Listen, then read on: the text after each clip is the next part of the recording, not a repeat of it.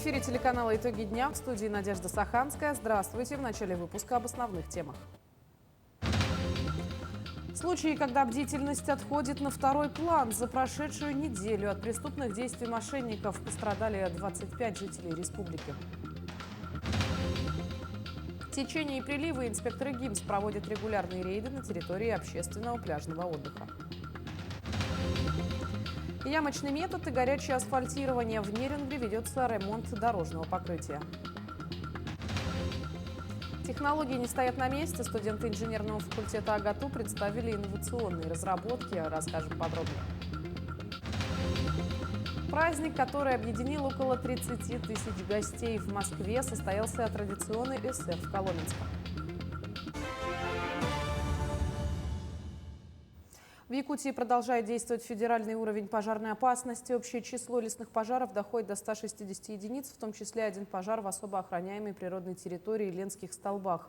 Самым горимым районом является Алданский, где на данный момент действует 32 возгорания, 30 из которых локализованы. Сложная обстановка сохраняется в Алекминском и Ленском районах. В связи с проходящими дождями и повышенной грузовой активностью была затруднена или полностью невозможна работа авиации. Всего же на тушении пожаров задействовано свыше 1700 человек и 138 единиц техники. Продолжается работа по выявлению нарушителей правил пожарной безопасности. На текущий момент расследуется одно уголовное дело, связанное с нарушением правил пожарной безопасности в лесах. Виновный выявлен, проводится работа по расследованию уголовного дела. В июле месяце и в середине июня основным источником возникновения пожара является грозовая активность. Если начало пожароопасного сезона у нас были виновники люди, то сейчас человеческий фактор отошел на второй план. Система здравоохранения Якутии продолжает оказывать медицинскую помощь участникам спецоперации и членам их семей. В настоящее время ее получили 1919 военнослужащих. Медицинскую реабилитацию прошли 222 участника СВО, профилактические мероприятия посетили 252 бойца. Кроме этого, бригады якутских врачей продолжают оказывать медицинскую помощь в Докучаевске, Донецкой Народной Республике. За прошедшую неделю якутскими командированными хирургом и реаниматологом проведено 12 больших и 17 малых операций. Лечение получают 17 военнослужащих. Врачами круглосуточно консультируются экстренные пациенты в приемном отделении, курируются все пациенты в хирургическом отделении, из которых около 50% бойцы специальной военной операции. С начала работы в городе Докучаевске проведено всего более 206 операций. Так, офтальмологи провели 63 операции в городе Докучаевске и 469 операций в городе Кировское. Травматологи и хирурги более 173 операций. За прошедшую неделю от преступных действий мошенников пострадали 25 жителей республики. Общая сумма похищенных средств составила более 30,5 миллионов рублей. По схеме оформления кредита пострадали 3 жителя республики на сумму около 700 тысяч рублей. Также потеря средств зарегистрирована по схеме получения бонусов на сумму около 284 тысяч рублей. Наибольшая сумма за неделю от одного потерпевшего переведена по схеме инвестиции. Всего по данной схеме пострадали 6 человек. Общая сумма потерь составила свыше 13 миллионов 600 тысяч рублей. По схеме звонок сотрудников Центрального банка, ФСБ, МВД, Госуслуг, Росфинмониторинга 15 потерпевшим причинен ущерб на сумму более 16 миллионов рублей. Комфортный и безопасный отдых для всех. В Якутске есть только одно официальное и безопасное место для купания – городской пляж в 202 микрорайоне. Чтобы избежать несчастных случаев, взрослым и детям рекомендуется соблюдать ряд правил. Подробнее о безопасном отдыхе на воде расскажет Дарья Короленкова. Трагедии на воде часто происходят из-за нарушений правил купания. Летний отдых на пляже – это прекрасное время для семейных развлечений. Однако, чтобы этот отдых остался приятным и безопасным, необходимо быть внимательным, особенно с детьми. Самое главное правило – это не находиться в нетрезвом состоянии, не распивать спиртные напитки, следить за детьми. И ко всем отдыхающим, чтобы не заплывали за буйки, потому что за буйками там уже начинается яма. буйки натянули, чтобы купались в зоне купания. Городской пляж работает с 9 утра до 9 вечера. В это время за безопасностью жизни и здоровья отдыхающих следят сертифицированные спасатели. Всего на пляже ежедневно работает 5 спасателей. Спасатели на вышках сидят, 2 спасателя на берегу и объезжают акваторию на лодке. Стоят стенды с правилами посещения на воде, на пляже. И со спасательными средствами у нас в общем количестве 8 стендов. Самое главное на пляже – это следить за своими детьми. Для них есть определенная территория, за которую они не могут выходить. Глубина около метра, поэтому дальше они заплывать не могут. Вот за эти белые буйки. Для взрослых же есть отдельные, это красные, там около 2 и 3 метров. То есть за эту территорию зайти не разрешается. Чтобы избежать трагедий на воде, инспекторы ГИМС патрулируют территорию пляжа и проводят профилактические беседы с отдыхающими, чтобы напомнить о правилах безопасности. В случае непогоды и усиления ветра необходимо незамедлительно покинуть водоем, найти укромное место и переждать непогоду. Хотелось бы обратиться к судовладельцам маломерных судов, к судоводителям, осуществлять эксплуатацию с соблюдением всех мер безопасности на водных объектах во избежание несчастных случаев. Наверное, все знают уже правила поведения на воде. Тут у нас инструктор стоит и раздает памятки, как себя вести на воде.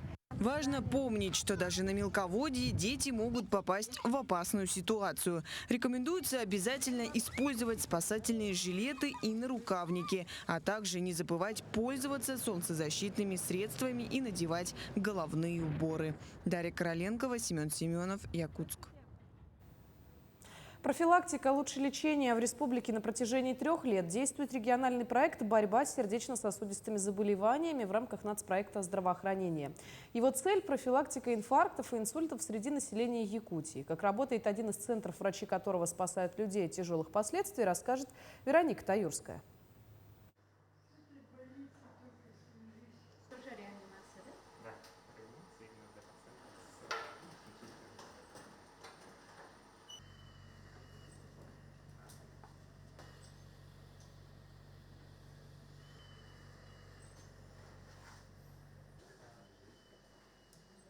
К другим темам. Вымышленный якутский древний мир. Компания разработчиков выпустила свою фэнтези-настольную игру, основанную на якутской мифологии, где игроки играют за древних животных и борются против людей. О том, что представляет из себя игра, подробнее в следующем сюжете. Технопарк в Якутске имеет множество своих проектов, которые могут продвигаться не только в республике, но и по всей стране. Одним из недавних интересных работ является якутская настольная игра, где все происходит в фэнтези-мире.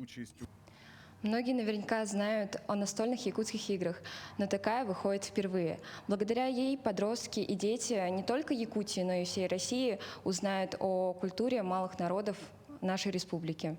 Сама идея игры появилась у разработчиков около 5 лет назад. Компания занималась изготовлением фигурок для настольных игр и решила создать что-то свое. Мамонты, бизоны, шерстистые носороги и саблезубые тигры – ключевые персонажи, за которых нужно играть. Это первый проект, основанный на легендах и мифологии народов Севера. Основная цель – конечно, показать миру о том, что есть подобная культура. В самой игре, в элементах игры, в фигурках есть присутствует национальная одежда, национальный колорит.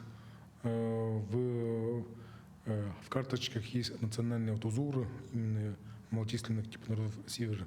Но это все, естественно, все это происходит в северной части Якутии. Игра имеет интересный выдуманный сюжет, где есть иной взгляд на то, почему на нашей земле больше нет древних животных. В игре цивилизация людей является антагонистами, которые хотят захватить весь мир животных и постепенно начинают охотиться на них. Главные герои же должны спастись. Древние решили, что с них хватит. И на Большом совете древних было принято решение, что они создадут портал и уйдут в другой мир, спасая свою цивилизацию от неминуемой гибели. Наша игра – это как бы последняя битва, оборона портала, вообще постройка портала и оборона портала идет.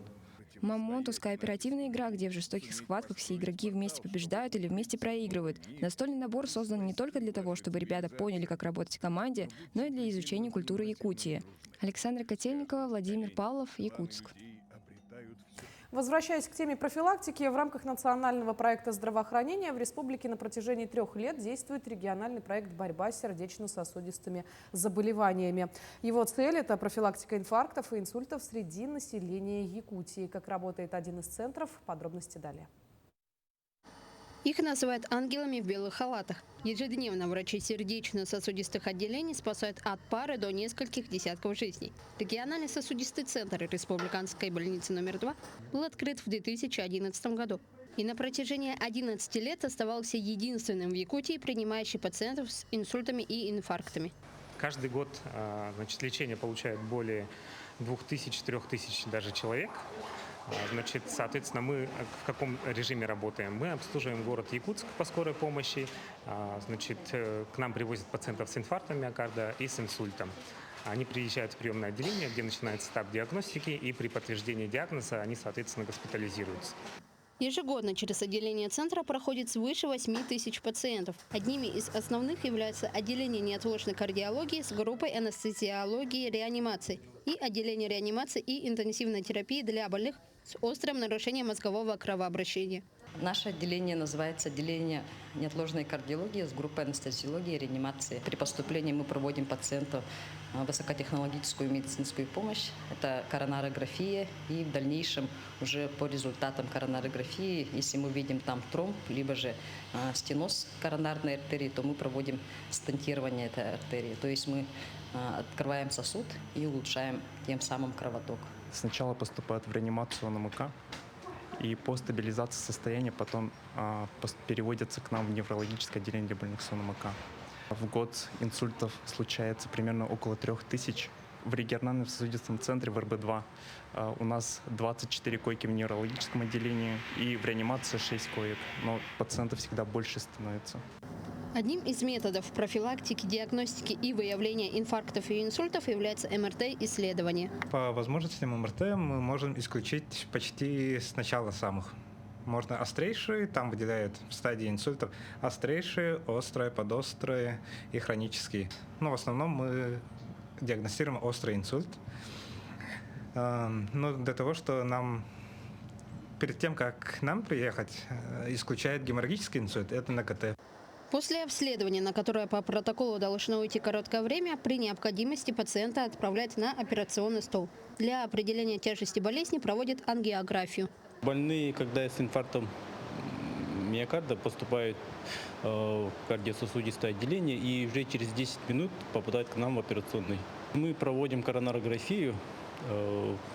Эта операция проводится под местной анестезией. Мы ничего не режем. Это все делается пункционно через артерию в руке или в ноге. Смотрим сосуды сердца, артерии.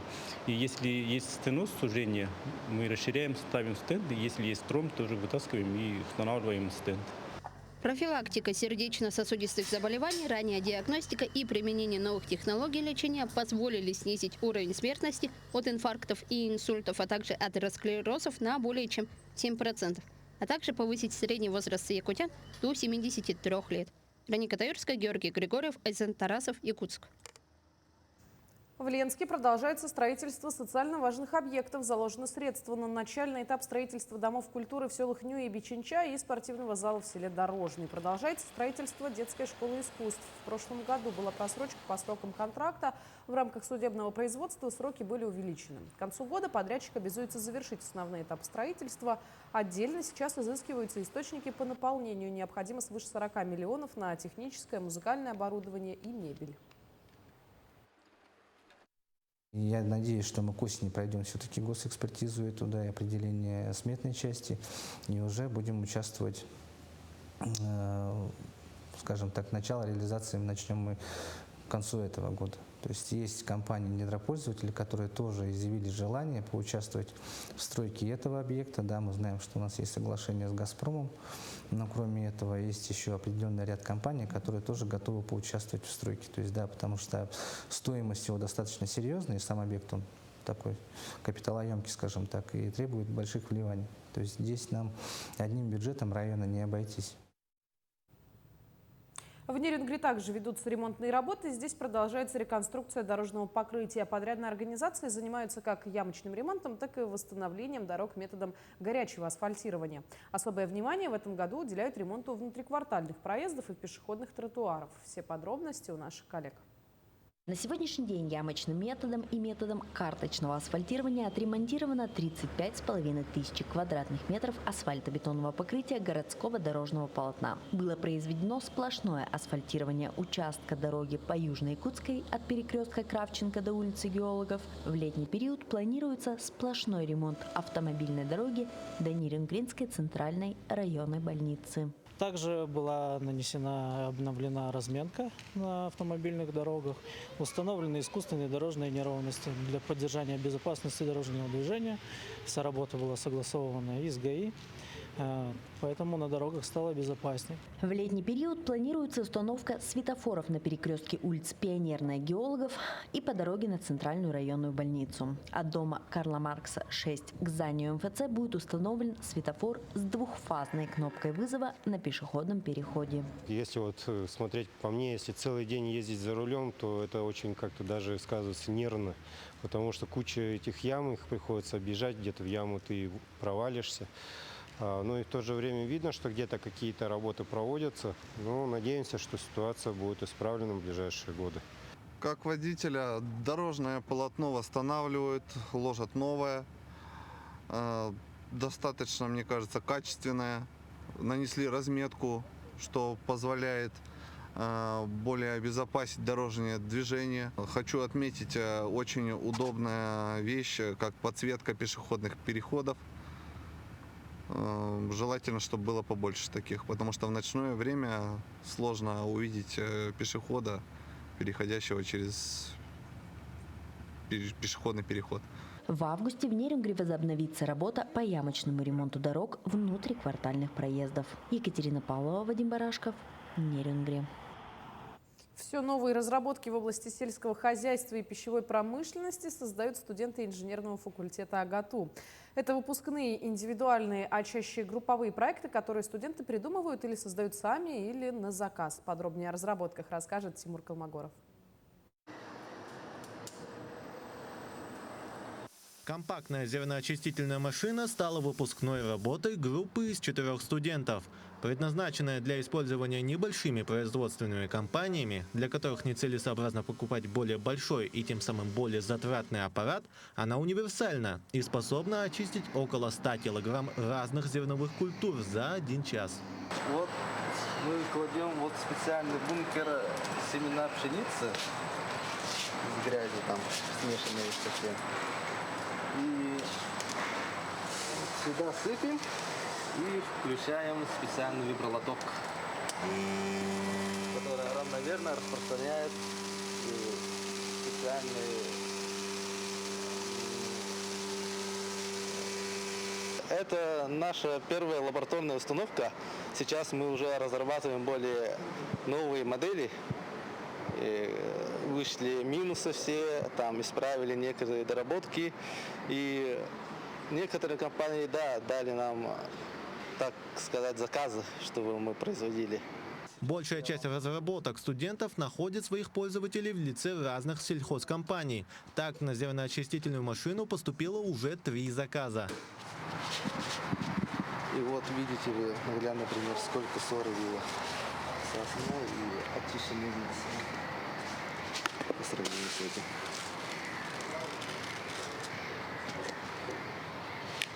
Первоначально все это было смешано вот с ним, и она очистила вот сколько, где-то процентов 17.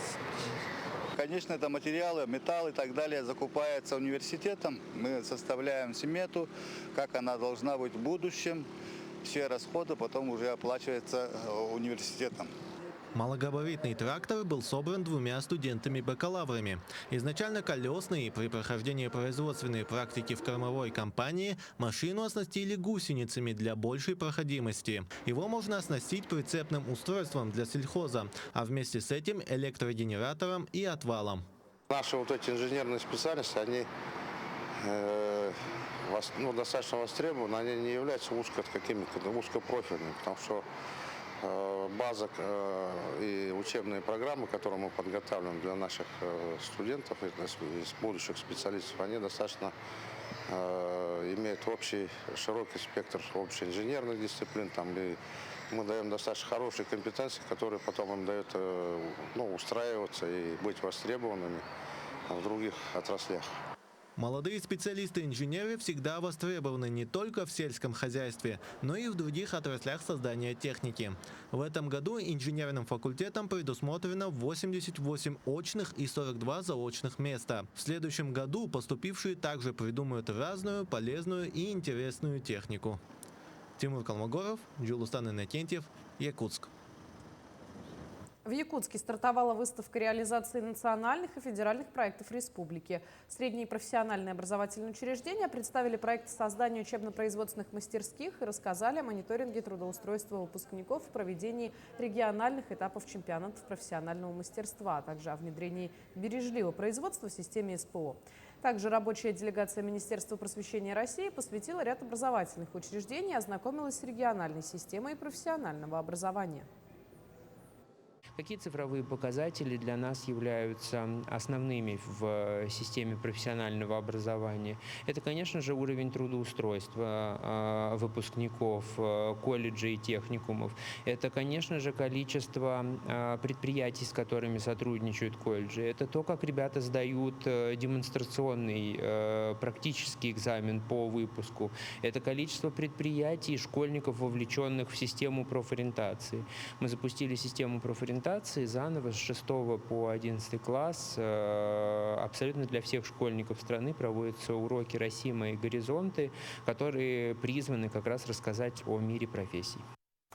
Найдены фрагменты сооружения якутского острога 17 века. Археологи сообщают, что предположительно это воеводские подвалы, построенные из судовых деталей. Участок, где проводятся археологические работы, располагается между зданием Кафедрального Свято-Троицкого собора и многоквартирным домом Поколом-Даришвили-8. На территории найдено около 700 археологических находок, принадлежащих быту 17-20 веков. Это ножи, гвозди, монеты, пуговицы, фрагменты керамической посуды, украшений и многое другое. Изначально цель это найти след острога, поскольку по документам острога как такового мы можем уже и не найти. Он был разобран в 1922 году, может быть, какие-то следы остались. Вот эти следы задача найти. Это именно к концу сезона. Но это в идеале, потому что на самом деле есть непреодолимые обстоятельства, это природные обстоятельства, это человеческий фактор, конечно, никто не отменял. Поэтому копаем до тех пор, пока можем копать. Ну а в Москве в парке Коломенское состоялся якутский национальный праздник Эсэх. Он прошел уже в 17-й раз и объединил около 17 тысяч гостей. Эсэх посвятили году семьи и детства. Подробности в следующем сюжете. Якутский хомус. Якутские наряды. Это мой рядовой наряд якутский, он мне очень нравится. И, конечно, якутские обряды.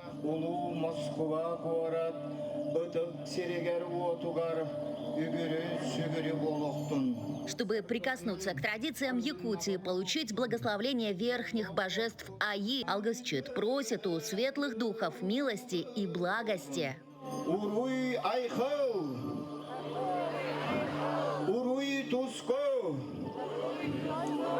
Несмотря на прогнозы синоптиков, ветер стих и вышло солнце. Это к добру, небеса услышали. И куда же без танцев? А Сухой объединил всех в дружный хоровод.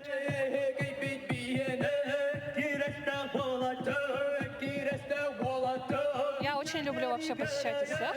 Каждый раз так за душу берет, как будто на родину возвращаюсь. Эсэх, как известно, место встреч, и было очень приятно здесь встретиться с теми, с кем я давно не виделась, хотя мы все живем в Москве, в одном городе. Вот так, Якутия, мы тебя любим! Ура! Главное содержание праздника – семья. В Коломенском показали свадебный ритуал – одевание невесты. Поверх платья полупальто, украшения, аксессуары. И девушка готова на выданье. Главное – это институт семьи, да. Как никогда в этом году объявлен год семьи в Российской Федерации. И я думаю, все зависит от семьи и от сохранения наших именно традиционно-духовных ценностей. На протяжении всего дня гостей ждали концерты, конкурсы, мастер-классы, спортивные состязания. Свое творчество представили и мастера народных промыслов. Лейтмотив праздника – единение. У нас здесь 3 героя Российской Федерации пришли сегодня с нами разделить этот праздник. И этот алгыс обязательно поможет нашим воинам приблизить нашу большую победу. Очень сильно зарядился энергией, потому что напомнила мне родной дом, а я очень сильно скучаю по своей республике и люблю ее. Враг будет разбит. Победа будет за нами.